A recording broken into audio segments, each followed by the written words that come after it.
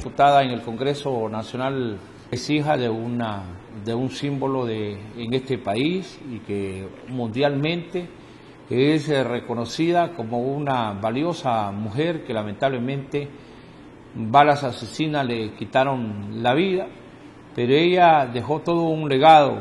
Y cuando dicen que Berta Cáceres vive, sí vive, porque ese legado suena, hace eco en todos los lugares del país, en las montañas, en los ríos, en los árboles, en la fauna, porque ella fue defensora de ese ambiente que tendríamos que estarlo cuidando todos, y ella ofrendó su vida por esto, pero también por los indígenas. Antes de el Copín en Honduras no se hablaba, los indígenas nos lo contaban en las escuelas como algo que había existido, no eran visibles desde la escuela. Entonces a uno le contaban de Lempira y ahí se quedaba la historia, en Lempira nada más. Pero apareció una organización, Copín, esta organización de pueblos indígenas de Honduras, y al frente, hay que reconocerlo, estaba Salvador Zúñiga, y ahí se empezó a escuchar ya con mayor fuerza y atención el caso de los pueblos que habían estado sometidos y que siguen siendo sometidos por los ricos de este país, por las grandes oligarquías que los sometieron y casi los han ido desapareciendo. Les han robado sus tierras ancestrales, y esto sucede con los garífunas, con los peces y con todos los grupos indígenas de Honduras. Y de repente apareció una lideresa. Regularmente el concepto de la mujer en Honduras es ser ama de casa. El mayor logro que puede tener una mujer en Honduras es que es ama de casa. Y en el área rural, pues la que tiene la oportunidad de ir al colegio, ir a la universidad, graduarse, pues también va adquiriendo algún reconocimiento. Pero una mujer luchadora que deja, cuando digo deja a su familia, me refiero a que deja la labor estrictamente doméstica para dedicarse a una lucha en favor de su pueblo. Solo podía ser en la imagen de Berta Cáceres. Esta entrevista la he buscado desde hace tiempo, pero hoy tengo el privilegio de estar con la diputada Olivia Zúñiga para hablar un poco de esta historia. Gracias por atender la invitación esta mañana. Muchísimas gracias a usted, licenciado Javier Aguilera. Siempre es un gusto, pues, poder participar y hablar de la vida de mi madre, Berta Cáceres, y agradecerle siempre porque han sido un espacio que ha tenido las puertas abiertas para hablar de la justicia para Berta Cáceres sin censura, ¿verdad? Que actualmente pues hemos vivido una censura muy fuerte porque nos enfrentamos a poderes económicos muy grandes en este país. Muchísimas gracias, licenciado Javier Aguilera. Me gustaría un poco que habláramos de su infancia. Ustedes prácticamente crecieron en medio de la lucha, cuando se empezó la lucha en favor de los pueblos indígenas en Honduras. ¿Qué recuerda de esa infancia? Bueno, nosotras, los 4 hijos de mi mamá y de mi papá, pues crecimos en un mundo del movimiento social, especialmente del movimiento indígena, campesino, que se había articulado con sectores magisteriales, sindicalistas, obreros, estudiantiles, especialmente con organizaciones de otras poblaciones indígenas, como por ejemplo la población garífuna. Entonces creo que nuestra infancia fue muy bonita porque fuimos educados de manera no tradicional, de manera diferente, con una visión muy amplia y diversa del mundo. Siempre nuestro hogar fue un hogar a donde fue una casa abierta para los compañeros y compañeras de otros países, porque desde aquí pues el Copín tenía iniciativas de hacer foros internacionales contra la militarización, a favor del agua como un derecho humano, por la refundación de Honduras. Y bueno, históricamente el Copín estuvo aglutinado y articulado a movimientos sociales de todo el mundo. y esa creo que fue una de las mayores victorias del COPINH, fue haber relacionado las luchas locales con las luchas nacionales y mundiales también. Y eso es lo que hace que ahora Berta Cáceres sea una lideresa emblemática a nivel mundial, no solo a nivel nacional y a nivel internacional. Entonces, crecimos en medio de gente muy diversa, una familia no tradicional, por decirlo así, en una sociedad bastante conservadora, especialmente en la sociedad, pues, de la zona occidental, ¿verdad? Que, pues, ha sido históricamente conservadora, y nosotros crecimos en un hogar a donde la defensa de los derechos era, pues, algo que asumió mi mamá y mi papá desde su espacio político, donde estaban organizados, y crecimos en un mundo de artistas, en un mundo de gente con preferencias sexuales diferentes a las heterosexuales, y eso lo vimos pues nosotros como algo muy natural. Crecimos en un mundo hablando de derechos, de cosas científicas, conociendo las crisis también de otros países, de otros lugares. Entonces, fue una infancia muy bonita, porque también tanto mi mamá como mi papá nos inculcaron la cosmovisión indígena, lenca, muy fuerte en nuestra espiritualidad. Nos hicieron sentir orgullosas de nuestras raíces, de nuestro origen, ¿verdad? Y a no negar nuestra descendencia indígena, como generalmente se hace, que la gente se siente muy orgullosa de su descendencia, descendencia española, de sus orígenes europeos, mientras que se niega el origen indígena, ¿verdad? Entonces, mi mamá y mi papá, a pesar de ser pues de La Esperanza, que es la zona más urbana del departamento de Intibucá, aquí pues siempre nos enseñaron a sentirnos orgullosos de nuestro origen lenca, de conocer la problemática y el contexto, la realidad de la gente indígena lenca, especialmente de las mujeres, con las que mi abuela tuvo mucho vínculo por ser partera, por ser enfermera. Atendió más de 5,000 partos en la casa donde nosotros crecimos con mi abuela, y ahí también ese vínculo fue hermoso, el vínculo con las mujeres lencas que iban a tener a la casa y sin cobrarles ni un tan solo centavo, dándole siempre atención a cualquier hora del día. Creo que eso concientizó mucho a mi mamá, y a nosotras mismas también. Fue algo muy bonito, porque fue aprender a ser solidarios, ¿verdad?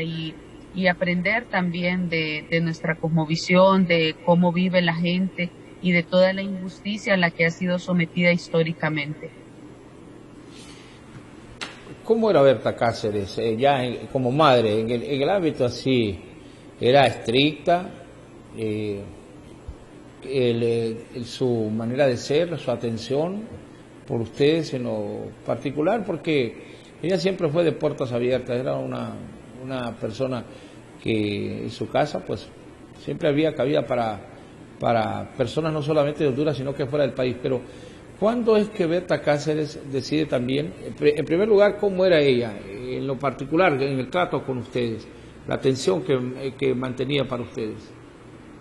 Bueno, mi mamá, licenciada, era una mujer muy alegre, era una mujer que comprendía muy bien el sentir, el pensar de los niños y de las niñas, de los jóvenes, de la juventud. Entonces mi mamá nunca fue una mujer opresora hacia nuestras ideas, hacia los caminos que nosotros decidiéramos tomar, hacia lo que pensábamos. Siempre nos enseñó el mundo de manera amplia.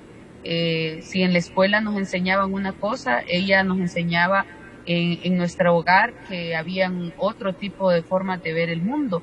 Y fue una mujer, una madre muy responsable, muy responsable en las cuestiones de la escuela, en las cuestiones de la casa, junto con mi papá. Ambos fueron muy responsables, pero hablando de mi mamá, pero eso no quiere decir que no era una mujer exigente y que no era estricta. Mi mamá era una mujer estricta en el buen sentido de la palabra, que nos exigía y nos exigía comportamientos basados en ética, y nos exigía también pues cumplir con los deberes en la casa, ¿verdad? Colaborar en todo, colaborar cumplir con nuestras tareas, con nuestros estudios, y no nos permitía ver televisión mucho tiempo. Teníamos una hora exacta para ver telediaria en las tardes después de regresar a la escuela, y generalmente le gustaba más que nos dedicáramos a otro tipo de actividades, ¿verdad? Como por ejemplo ir con ella a las comunidades. A veces nos dejaba a dormir ahí bastante tiempo, el tiempo que ellos pasaban trabajando, ahí dormíamos en catres con la gente, ¿verdad? En sus casitas muy humildes de paja, comiendo pues tortillas hipas, tortillas de maíz morado con frijoles verdes de vaina. Entonces eso fue muy bonito para nosotros, y además era una mujer que, a pesar de que no era religiosa católica ni evangélica, ella tenía una fuerza espiritual grandísima, que fue lo que la sostuvo siempre para enfrentar cualquier adversidad en la vida, y eso nos lo transmitió a nosotros, ¿verdad? Entonces el tiempo que ella pasaba con nosotros, que tal vez no era mucho tiempo por su trabajo, porque era una mujer que viajaba mucho por el mundo desde que tengo memoria, entonces ella siempre nos supo transmitir una espiritualidad muy fuerte. El tiempo que pasaba con nosotros nos enseñó a ser fuertes, a cultivarnos no solo intelectualmente, sino que también a cultivarnos de manera espiritual, desde las cosmovisiones indígenas en el mundo entero, porque no solo nos enseñó las cosmovisiones indígenas de los mayas, de los lencas, de los garífunas, sino que también la cosmovisión de los pueblos indígenas de América del Norte, de pueblos indígenas en Europa, de pueblos indígenas de América del Sur, de Asia. Entonces eso fue para nosotros algo muy importante, pero sí era una mamá exigente, y era cuando tenía que tener carácter, nos hablaba con fuerza y nos enseñó a ser fuertes, sobre todo como por tener 3 niñas mujeres, ¿verdad? Y tuvo un varón al final, pero nos enseñó a todos a ser muy fuertes, a enfrentar todo con mucha fortaleza, y nos respetó siempre lo que cada quien decidiera hacer en la vida. Siempre trató de cultivarnos en las cuestiones culturales, artísticas, de llevarnos en un pueblo donde no existían ni existen esos espacios culturales. Siempre trató de llevarnos a conciertos de música instrumental, de poesía, de teatro, y de involucrarnos a ese tipo de actividades, a pesar de que éramos niñas de un pueblo bastante pequeño, ¿verdad? Ahora, ustedes vivían ahí en La Esperanza, ahí se criaron. Sí, nosotros crecimos desde que nacimos en La Esperanza. Aquí hemos vivido toda nuestra vida, los 4. Luego pues mis hermanos han salido a estudiar porque han sido, creo que nos han hecho una campaña de que Berta Cáceres metió a sus hijos a estudiar con becas, lo cual es totalmente falso. Es una de las falacias más acerca de la vida de Berta Cáceres. Nosotros hemos estudiado siempre con mucho sacrificio y hemos trabajado. Hemos tenido buen rendimiento académico, y es por eso que hemos podido desempeñarnos como hermanos en otros países. Nunca hemos tenido ninguna beca del Estado hondureño. Solo mi hermana Berta Isabel, que dirige el COPIN ahora, que coordina, estudió con una beca, pero con una beca del Estado cubano, que se la otorgó por su excelente índice académico. Nunca hemos estudiado, ninguno de los 4, con una beca del Estado hondureño. Nunca mi mamá pues metió a uno de sus hijos a estudiar en los proyectos a los que ella tenía acceso a nivel internacional, pero sí lo hizo Javier Aguilera con muchos, pero puedo decir cientos de hondureños y sobre todo de indígenas de la zona occidental del país y de la zona centro del país, que mandó a estudiar a otros países como Venezuela, como Cuba, como España, Holanda, a sacar no solo licenciaturas o en el grado pues académico universitario, sino ya pregrados, posgrados. Y así fue mi mami, ¿verdad? Mi mami siempre trató de regirse por principios muy fuertes, por convicciones, tenía peso moral, tenía altura para hablar, ¿verdad? Para cuando mi mamá hablaba, realmente pues la gente lo respetaba mucho. Alguna gente dice que mi mami intimidaba, ¿verdad? Pero realmente es que su coherencia era tal que no había lugar por donde cuestionarla, porque ella siempre fue muy coherente con lo que dijo y con lo que hizo, con sus pensamientos, palabras y acciones. Entonces, nosotros aquí crecimos muy felices, amando este departamento, sintiéndonos muy orgullosas de ser intibucanas. Crecimos amando nuestro pueblo, la esperanza, ¿verdad? Y estudiando nuestros orígenes, estudiando la historia no contada de las poblaciones indígenas en este país, especialmente la historia rebelde de resistencia del pueblo lenca. Pero ahí se rompe la relación entre Salvador Zúñiga y Berta Cáceres. En ese momento, ¿cómo les impacta a ustedes esa decisión? Fíjese que mi mamá y mi papá se separaron cuando yo tenía 13 años. En ese momento que se separaron, pues yo estaba entrando a la adolescencia. A pesar de que estaba entrando a la adolescencia, yo no, ni mis hermanos ni yo no tuvimos como un cambio así fuerte en nuestras vidas, ni lo concebimos como algo malo porque, como le digo, nuestra familia era una familia muy abierta y no era una familia con dogmas así de que el matrimonio, de que si no hay matrimonio no hay felicidad, ¿verdad? Lo que mi mamá y mi papá nos enseñaron siempre es que no importaba que los papás estuvieran juntos, sino que tuvieran una relación sana y que independientemente de cualquier cosa jamás se perdiera el contacto con nuestro padre ni con nuestra madre también, y que hubiera y prevaleciera ante todo la responsabilidad. Entonces nosotras, a pesar de que fue mi papi que se fue de la casa, siempre tuvimos contacto con él porque ellos mantuvieron una muy buena relación laboral, una muy buena relación personal. Ellos siguieron relacionándose muy bien. Nosotros íbamos a vacacionar siempre con ambos, con los dos, en nuestros periodos de vacaciones en la escuela. Siempre íbamos a vacacionar con los dos a la playa, a comunidades, a otro país. Siempre fuimos con los dos porque ellos se supieron relacionar muy bien y mi papá siempre ha tenido de que ha sido un padre extremadamente responsable. Las personas de Intibucá que lo conocen y que seguramente están viendo este programa porque lo miran mucho en Intibucá, saben lo apegado que ha sido mi papá a sus hijos y a sus hijas, ¿verdad? Que todavía hasta el sol de hoy cree que somos niños de 5 años.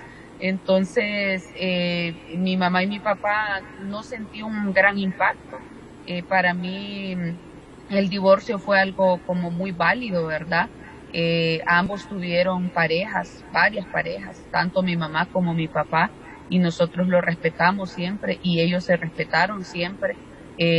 Sus parejas, que incluso a veces eran compañeros de la organización y eso, o compañeras, y nosotros nunca nos metimos en eso, nunca nos inmiscuimos, porque mi mamá siempre nos enseñó que ellos eran seres humanos y no nos enseñó a ver mal eso. También ninguno de los dos se acompañó nunca más después de la separación.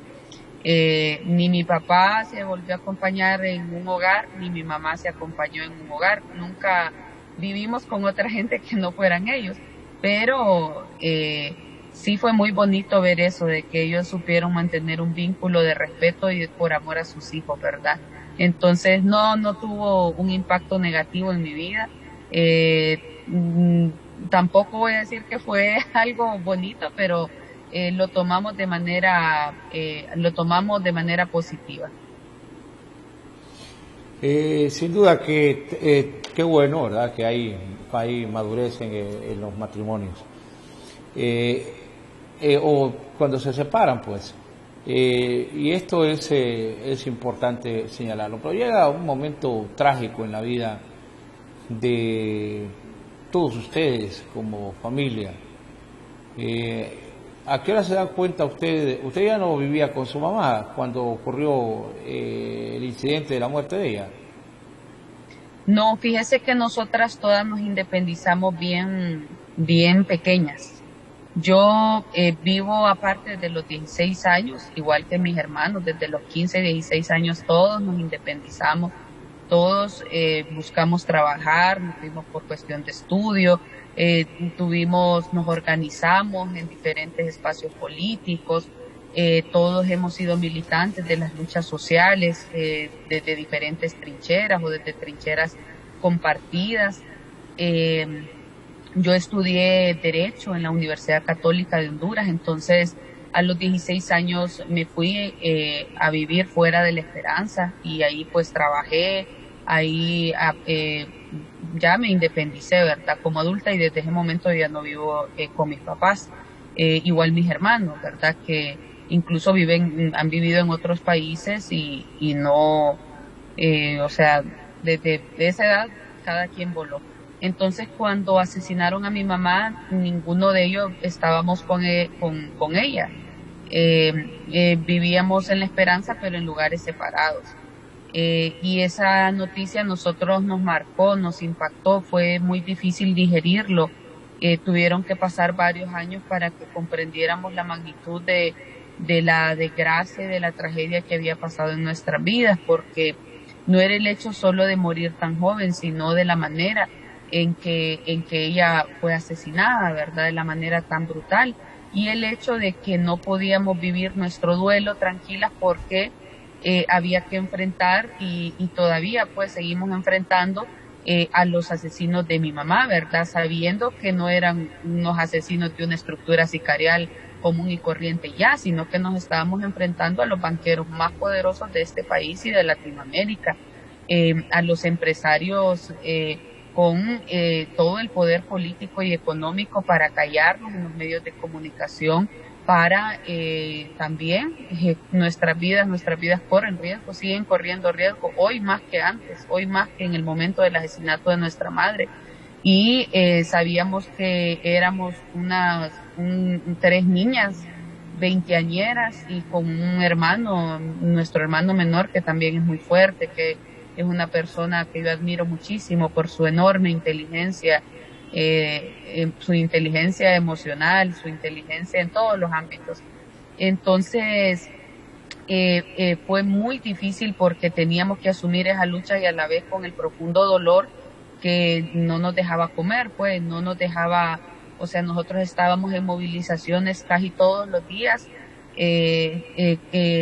pues a mí no me pasaba el bocado, realmente yo dejé de comer mucho tiempo, comía para no desmayarme, para poder seguir actuando, ¿verdad? Y creo que mis hermanas igual, cada quien asumió el duelo de una manera diferente, y fue sumamente duro, pues los medios nos cuestionaban mucho porque decían que nosotros no llorábamos. Obviamente uno necesita espacios privados para ese tipo de cosas y es parte de nuestra cultura también, Lempa, en Intibucá. Nosotros no somos gente llorona así en público. Cada quien sufre sus penas solo, ¿verdad? En las cuatro paredes de su cuarto. Entonces, fue muy duro porque con un impacto de eso uno no tiene ganas de nada, ¿verdad? Y teníamos responsabilidades que cumplir también en nuestra vida, ¿verdad? Teníamos que estudiar, que trabajar, teníamos que responsabilidad de madre, en mi caso, ¿verdad? Que soy la mayor y que tenía un niño. Entonces fue algo muy impactante que nos ha dejado marcados de por vida, licenciado Javier Aguilera, que nosotros no podemos decir que es algo que ya pasó, porque yo siento ese dolor y como que fuera ayer. Creo que todo el proceso de audiencias contra tantos implicados en el asesinato no le permite a uno pues terminar de cerrar ese ciclo de duelo que es natural en los seres humanos, sino que uno pues sigue reviviendo aquello a través de todo, pues lo mediático que esto implica, ¿verdad? Porque hay que estar dando declaraciones constantemente sobre cómo va el avance y estar abriendo esas heridas y también el proceso especialmente judicial en el que nos ha tocado estar sentadas a la par de los que asesinaron a mi mamá y que intentaron asesinar a nuestro gran amigo Gustavo Castro, que era el mexicano que estaba con ella esa noche y que ha sido nuestro amigo de toda la vida. Entonces, para nosotros fue sumamente duro, no solo el mero momento, sino todos estos años que han pasado, porque además también hemos sufrido amenazas, atentados, hostigamientos, censura, persecución, criminalización y sobre todo campañas de odio, de estigmatización, de mentiras, ¿verdad?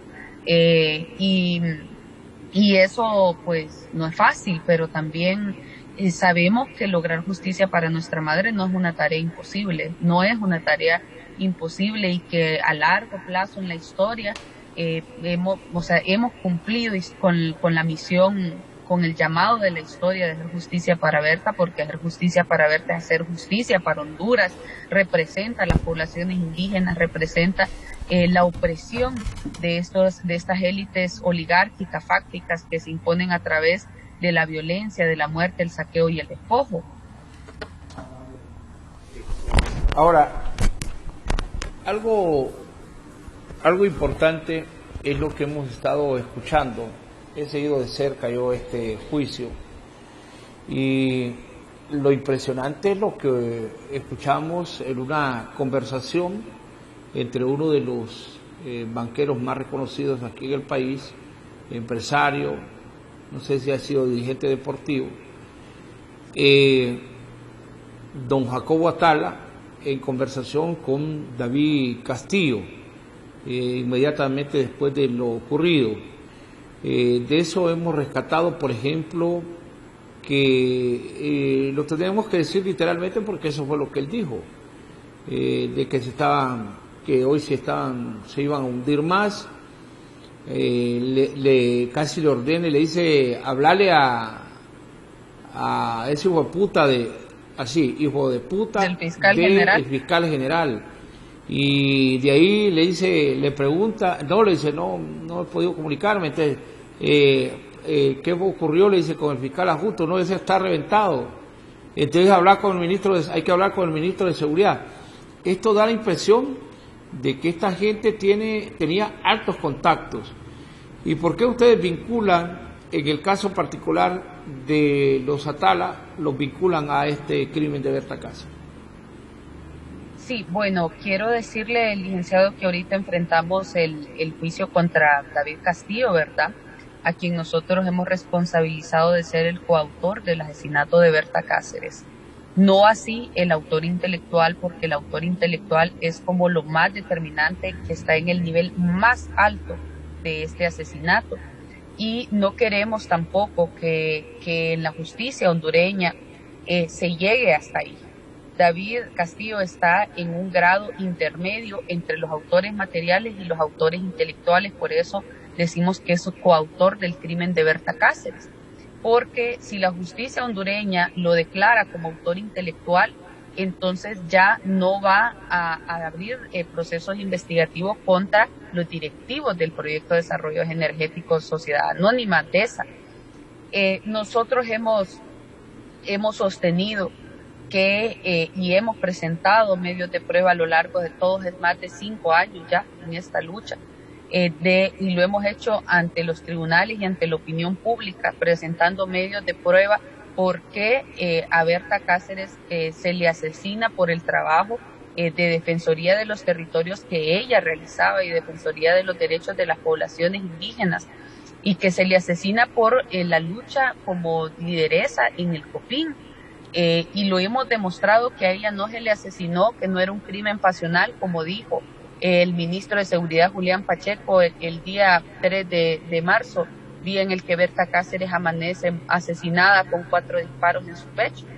Nosotros hemos dicho que no fue ni un crimen pasional, que no fue tampoco un crimen por un pleito de poder, como ellos decían, que el COPIN había un pleito de poder por el premio Goldman que había recibido mi mamá, que recibió muchos premios, no recibió solo ese en vida, recibió muchos premios en Europa.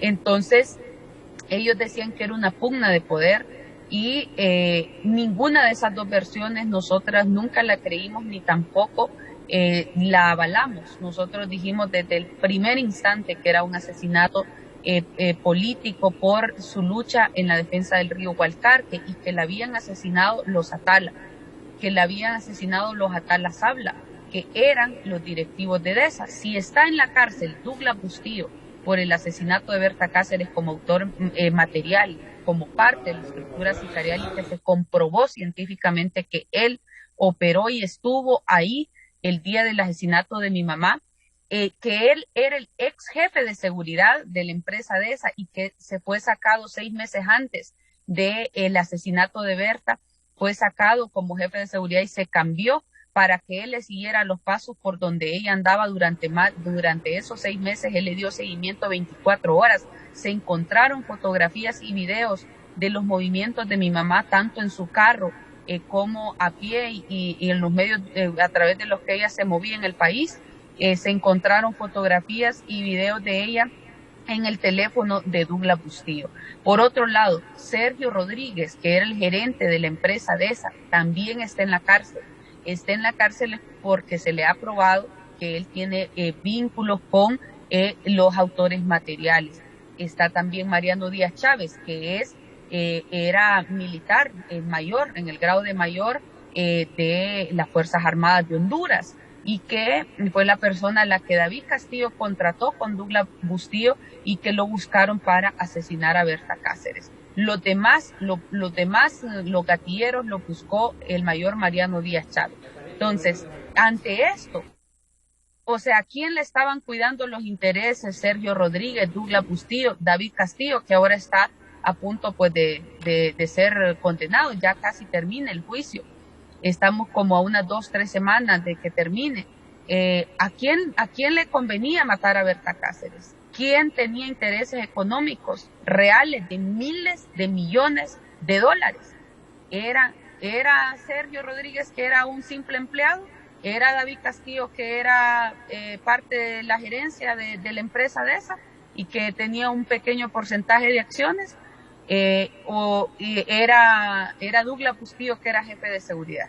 Obviamente no era ninguno de los empleados que tuvieron participación y que ya están condenados por el asesinato de Berta Cáceres.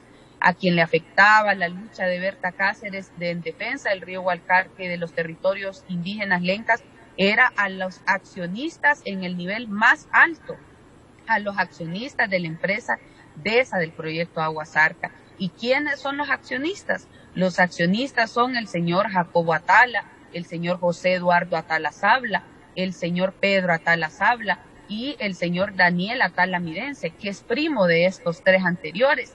Entonces, no era el más afectado David Castillo, no era el más afectado Douglas Bustillo, no era el más afectado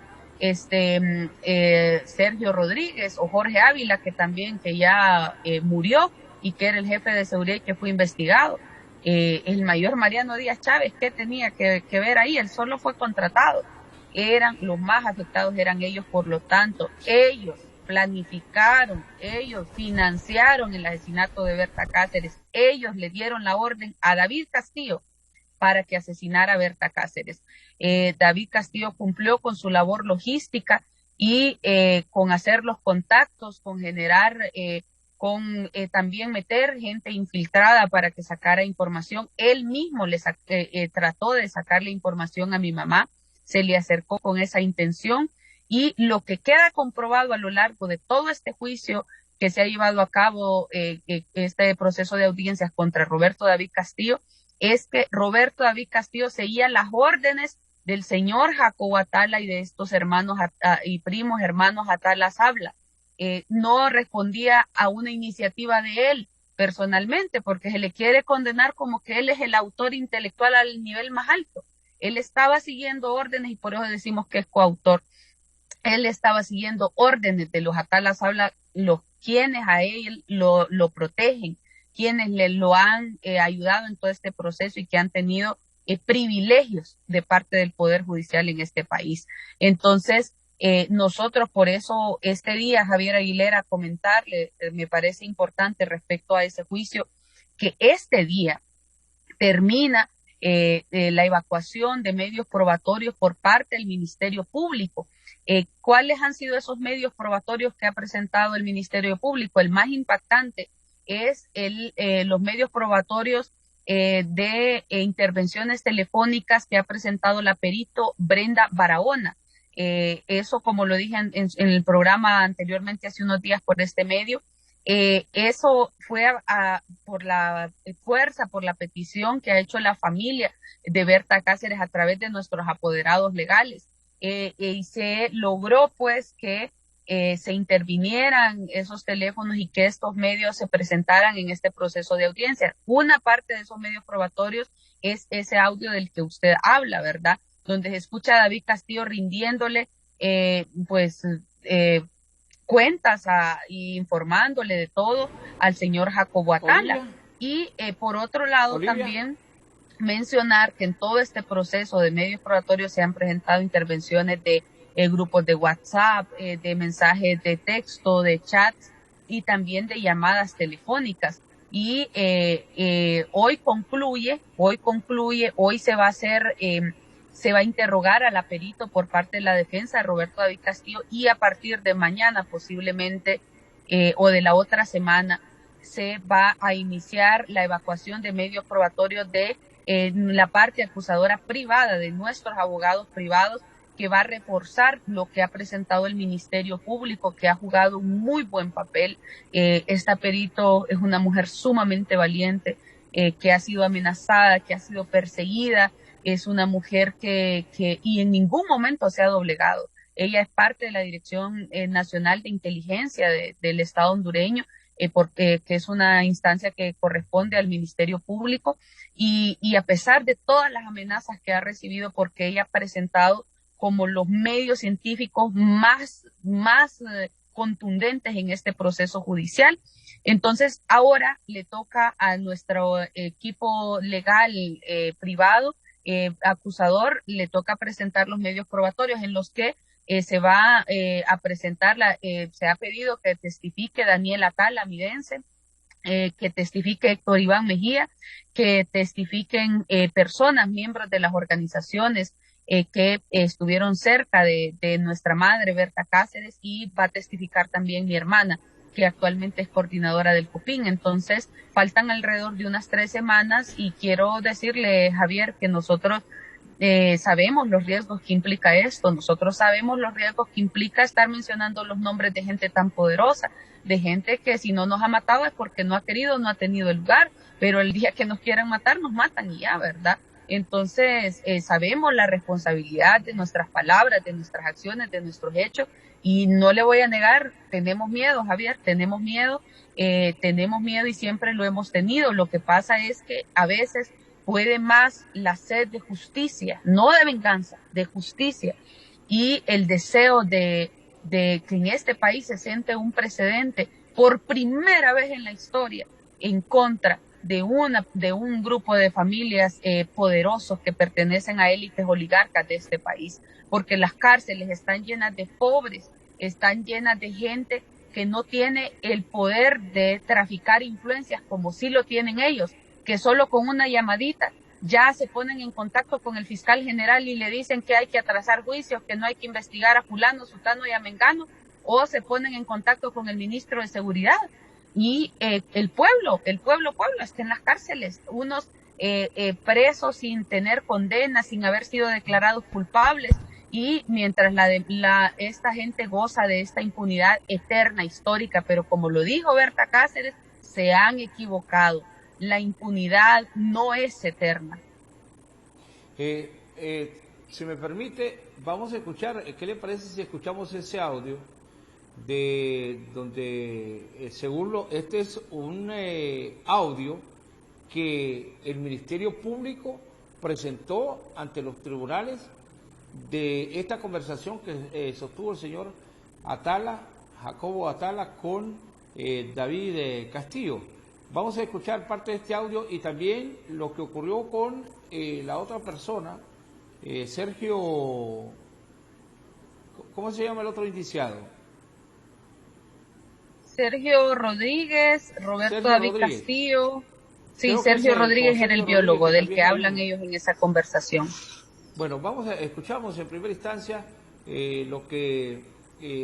la conversación que entablaban vía telefónica el señor David Castillo con el representante de esta empresa, con el señor Jacobo Atala. Adelante, escuchamos. David, don Jacobo, buenos días. ¿Cómo está, don Jacobo? Bien, ¿y lo que tal? Aquí, mire, con una mala noticia. ¿Qué pasó vos? Me acaban de informar ahorita de que están la API y el ministerio en la casa de Sergio Rodríguez, que lo van a detener. No puede ser. No puede ser. Sin mayor información por el supuesto asesinato de verdad. No puede ser. ¿Y eso qué harán? Pues no sé, no como si es que ya no tienen, si quieren investigar más, si quieren hacer shows, si quieren... Dios, hoy se nos hundieron de todo. Sí, no les sabría decir más información, pero... ¿Quién te llamó ahorita, Sergio? Me llamó el abogado privado, Sergio, yo lo llamé, me dijo ya están aquí, estoy haciendo esto. Pero lo van a detener, vos. Lo van a detener, sí, un segundo. ¿Aló? ¿Qué tienen? ¿Qué pueden tener? ¿Como que qué base tienen para hacer eso? Ya, ninguna, pero lo pongo en alerta para que se pueda estar. No sé. No puede ser. ¿La ticket de quién depende? ¿De la fiscalía? De la fiscalía, así es. Y lo van a hacer un show con esto, ¿verdad? Probablemente. Dios mío. Vos estás tranquilo de que Sergio jamás tuvo nada que ver, ¿verdad? Por supuesto. Sí, yo estoy tranquilo que no tiene absolutamente nada que ver. 100%, ¿verdad? 100%. Yo creo de que ha de ser algo mediático ahorita. Pero que ganan con eso, si el país está peor con esto, ¿no? No sé. Sí, no sé. ¿Se acaban de llamar ahorita? 15 minutos. ¿Y el abogado cómo sabe? A él informaron también de la institución ahí. Inmediatamente se puso en contacto con Sergio, se le advirtió, se le dijo, y hace poquito ya llegaron a donde Sergio. Dios. Ojalá que no llegaran medios ahorita o que no hubiera nada, pero se están avisando. Depende con qué intención lo estén haciendo. Sí, ese es el problema, que no sabemos. Y no sé a quién llamar, no sé qué hacer, fíjate.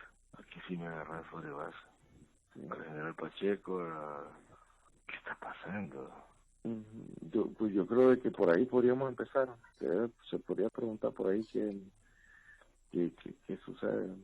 Pues el general Pacheco tal vez depende del fiscal, hijo de puta, que estaba fuera del país supuestamente.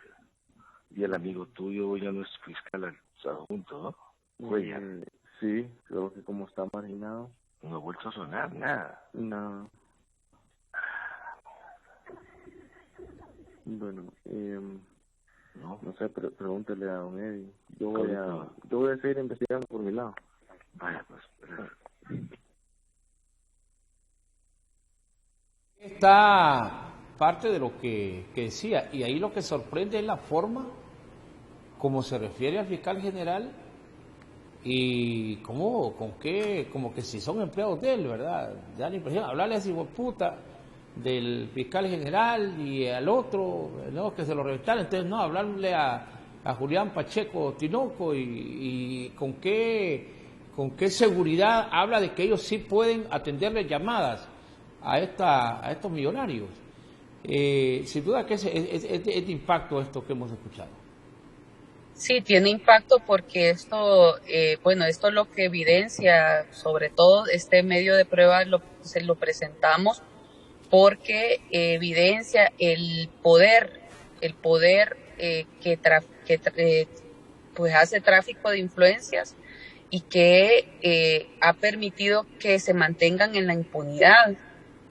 No cualquier hondureño, no va a venir un Javier Aguilera, un Olivia Zúñiga, un Pedro Gómez, una Juana Benítez va a agarrar el teléfono y va a hablar con el fiscal general para que no detengan a una persona implicada en un asesinato, que era lo que pretendía hacer y lo que han estado haciendo esta gente de apellido Atala.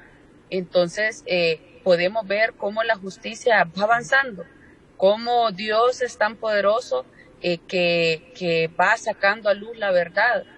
Por ejemplo, el día de ayer el FMO, el banco finlandés, ya le ha cancelado totalmente el financiamiento al banco Ficosa, dirigido por el señor Camilo Atala. No voy a decir que lo ha hecho directamente por el juicio que se está llevando a cabo, ni por actos directamente relacionados al asesinato de Berta Cáceres, pero recordemos que el FMO financió el proyecto hidroeléctrico Aguasarca, financió a ADESA y lo financió a través de Ficosa. Aunque estos señores tienen el mismo apellido, de apellido Atala, son de una rama diferente, porque las personas que son los accionistas del proyecto ADESA implicados en el asesinato de Berta Cáceres son estas personas que hemos mencionado, pero podemos ver que poco a poco vamos viendo justicia a un paso muy lento y obviamente, el licenciado Javier Aguilera, no podemos esperar que haya justicia para los autores intelectuales, que caiga la justicia con todo su peso sobre los autores intelectuales al más alto nivel, en el caso de mi mamá, mientras esté la narcodictadura de Juan Orlando Hernández, mientras estén los mismos funcionarios públicos corruptos como el fiscal general Oscar Chinchilla, como el ministro de Seguridad Julián Pacheco, que ha estado mintiendo desde un inicio y ha estado hostigándonos y nos ha estado hostigando de manera permanente, especialmente a mí, y nos ha estado hostigando utilizando las medidas de protección que nosotros tenemos a nivel internacional. La Comisión Interamericana de Derechos Humanos dio la orden al Estado hondureño que tenía que garantizar nuestras vidas. Y lo mismo había hecho con nuestra madre Berta Cáceres. No se garantizó la vida de ella. Encima, Julián Pacheco mintió cuando asesinaron a mi mamá. Él mintió, él dijo que la habían asesinado por un crimen pasional, por una pugna de poder. Dijo que mi mamá había renunciado a sus medidas de protección, lo que era mentira. Ella nunca renunció a las medidas de protección. Lo que pasa es que el Estado hondureño no tuvo la capacidad de cuidarla y más bien estos hermanos Atala tan poderosos utilizaron las estructuras del Estado, las estructuras coercitivas del Estado, las Fuerzas Armadas, la Policía Nacional, los militares, para intimidar, para perseguir, para criminalizar y especialmente para amenazar y intentar hacer atentados contra mi mamá Berta Cáceres. Entonces, aquí eso es lo que evidencia. Lo que evidencia es que nosotros no nos estamos enfrentando a cualquier sardina. Son semejantes tiburones, Javier, son semejantes toros los que están detrás de este asesinato y no son unas cuantas personitas, es una mega estructura criminal empresarial que está despojándonos de nuestros territorios, que está implicada toda clase de actos ilícitos. Por ejemplo, no solo es el hecho del asesinato, es el hecho de la violación de convenios internacionales como el convenio 169 de la OIT, que establece el derecho a la consulta y al consentimiento con las poblaciones indígenas, que nunca se respetó en todo ese proceso de socialización que hizo la empresa ADESA. Es el hecho también de que obtuvieron licencias ambientales, permisos de operación y de suministro de energía y de potencia de manera ilegal, cooptando y sobornando a funcionarios públicos, a ministros, a diputados, a alcaldes, a funcionarios públicos de todo nivel, a policías, a militares particulares, que ahora pues muchos van a ser llamados para testificar en este caso. Entonces, Javier, nosotros vamos a seguir luchando por la justicia. Nosotros cargamos con una sangre de guerreras que no nos van a derrotar un grupo de una élite poderosa. Hay personas que pueden morir en el camino, como murió mi mamá, pero las luchas permanecen, pase lo que pase. Y eso es lo que pasa cuando no es un proyecto individual, personal, sino cuando es una causa colectiva, común.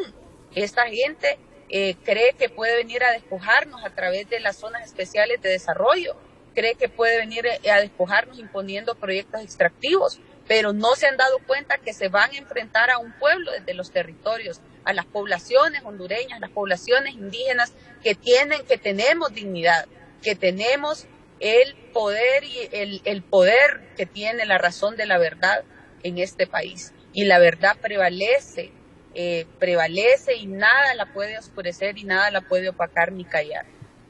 Quiero cerrar esta conversación que hemos tenido, Olivia Zúñiga, de ser posible, para que escuchemos lo que dijo, lo que ocurrió en ese entorno al momento que se pretende ir tras la captura de uno de los indiciados en este juicio, y que se ve cómo toda una estructura se mueve cuando hacen el allanamiento de la casa de Sergio Rodríguez.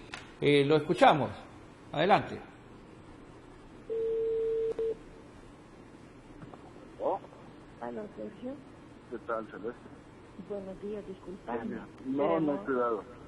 Hemos amanecido con una noticia que nos tiene mal a todos, ¿verdad? No, me acaba de llamar Yair, que a él a su vez le llamó una fiscal, ¿verdad? Para comunicarle que tiene una orden de allanamiento en tu casa. Ajá. ¿Dónde estás vos en tu casa? Estoy aquí, bueno, es que yo tengo la dirección de mi mamá. No me digas dónde estás. Simplemente ella nos anunció que no iba a entrar sino hasta que nosotros estuviéramos. Okay. Entonces nosotros vamos para la dirección que tengo. Okay. ¿Verdad? Si no fuera la dirección que tiene, y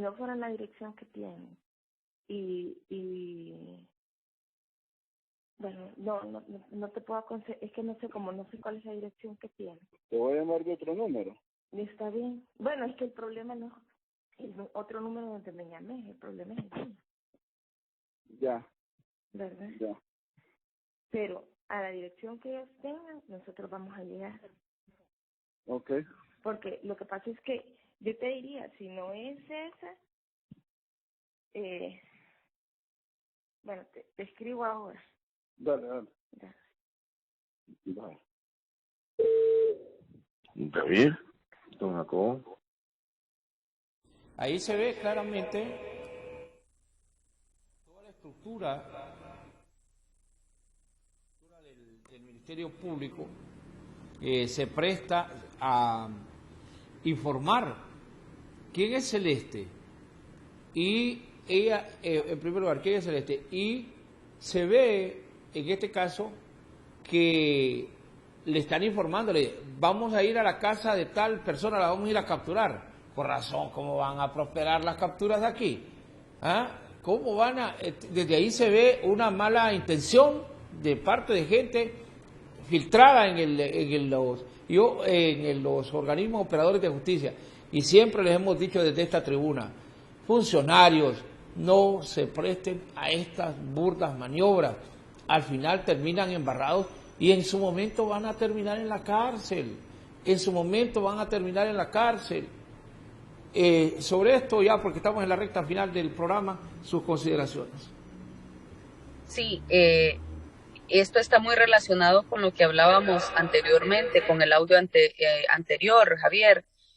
Pero respecto a esto específicamente, aquí queda claro que DESA y todos los implicados en el crimen contra mi mamá han estado jugando con pelota adelantada, o sea, con información antes que las víctimas, en este caso que somos nosotros, de este magnicidio. Ellos han tenido información privilegiada por parte del sistema judicial de este país y se mira que cada vez que les capturan a alguien que ha sido empleado de esta empresa, ellos siempre están detrás los Atala tratando de protegerlos. Y así como estuvo detrás esta gente, estos señores de apellido Atala Sabla, de proteger, de intentar proteger a Sergio Rodríguez, así están detrás de Roberto David Castillo, porque ellos quieren que hasta ahí tope la justicia. Ellos no quieren que la justicia llegue hasta donde tiene que llegar, que llegue hasta donde ellos. Por eso dicen, hoy sí nos hundieron del todo. Y se creían con tal nivel de impunidad, licenciado, que ellos hablaban del asesinato de Berta Cáceres de la manera más normal y común en un grupo de WhatsApp que ellos crearon cuando ya se tomó la orden de asesinarla. Ellos inmediatamente crearon un grupo de WhatsApp y por ahí hablaban de la infiltración que hacían en el Copín, de que pagaban gente de la zona de San Francisco de Ojuera para que se fuera a meter a las asambleas que realizaba mi mamá, para que anduviera en las manifestaciones, para que gente que le diera seguimiento, y de eso hablaban totalmente de manera normal. Roberto David Castillo hablaba de eso de manera natural, porque ellos creían que la impunidad iba a ser eterna, que ellos eran intocables. Y aquí lo que le estamos demostrando, un pueblo desarmado, una familia desarmada con la única arma de la razón de la verdad histórica y de la dignidad y de la valentía, lo que les hemos demostrado es que no son intocables, que la impunidad no es eterna, sean Atala, José, tengan el apellido que tengan, que tarde o temprano la serpiente que solo ha mordido a los de pies descalzos, como dice un escritor hondureño, va también a morder los pies de esos hombres que calzan zapatos carísimos, de esos banqueros, de esos empresarios, de esas personas que han sometido a este país a la miseria y que han utilizado la institucionalidad del Estado hondureño para cometer actos criminales y de corrupción. Y aquí la lucha es de dignidad contra el poder económico. Y estamos venciendo. Pase lo que pase, nosotros estamos venciendo y estamos conscientes de que esta lucha va a ser larga, de que esta lucha para lograr justicia para Berta Cáceres, hay que luchar en contra de la dictadura de Juan Orlando Hernández, que es la que ha protegido a la familia Atala Sabla, y que la familia Atala Sabla ha protegido a la narcodictadura de Juan Orlando Hernández. Y alguien lo tiene que decir en este país. Hay que luchar para derrocar la narcodictadura de Juan Orlando Hernández, que es la que ha mantenido hasta este día la impunidad sobre el crimen de Berta Cáceres. Aquí, si la embajada estadounidense, si la comunidad internacional, si la embajada, si la Unión Europea, si la ONU no hubiera incidido en el momento del asesinato de Berta Cáceres, si no hubiera habido solidaridad de los pueblos del mundo, si el pueblo hondureño no se hubiera movilizado, no se hubiera manifestado, aquí no hubiera habido justicia para Berta, porque aquí nunca ha habido voluntad para hacer justicia para Berta, ha habido cero voluntad para hacer justicia para Berta. Si del Estado hondureño y del gobierno hondureño dependiera, Berta fuera una cifra más de todas las personas asesinadas en este país por estos grupos oligárquicos fácticos. Pero la familia de Berta, sus hijas, su hijo, su madre, sus hermanos, el Copín, el pueblo lenca, no se ha dado por vencida y decidimos que Berta no iba a ser una cifra más, que Berta no iba a ser una estadística más, que Berta iba a quedar en la historia y que nosotros la íbamos a acompañar pase lo que pase, hasta la muerte, hasta el último halo de vida. Vamos a estar luchando para que haya justicia. Si no vemos nosotros la justicia, tal vez nuestros hijos o nuestros nietos la vean. Así que es indignante esto, Javier, porque esto es ver con hechos eso que tanto denuncia el pueblo hondureño, que aquí en este país la justicia solo se aplica a los pobres.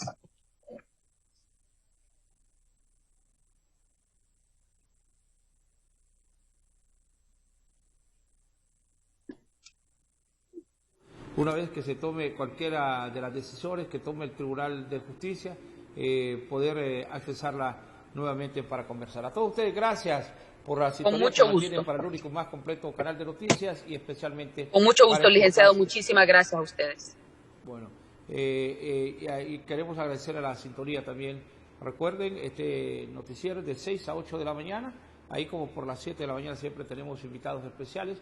Hoy hemos contado con la presencia de la diputada Olivia Zúñiga para hablar sobre el caso de Berta Cáceres. A todos ustedes nuestro agradecimiento a nombre de don Javier Rodríguez. Yo soy Javier Aguilera y les agradezco la